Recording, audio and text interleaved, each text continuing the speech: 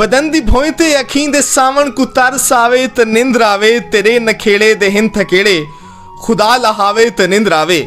कोई फसाना कोई कहानी सुनो हा जानी तेरी ज़बानी, कोई फसाना कोई कहानी सुनो हा जानी तेरी ज़बानी, तेरी जवानी दी कोई निशानी गजल सुनावे ते निंद्र आवे।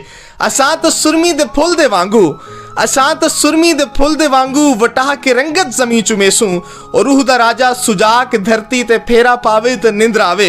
अजां तो सईंदे हिजर दी पहली फजर है खादे मुबाहल ना कर, अजां तो सईंदे हिजर दी पहली फजर है खादे मुबाहल ना कर, फजर दे शामी सफीर सिजकूं सफर थकावे ते निंद्र आवे।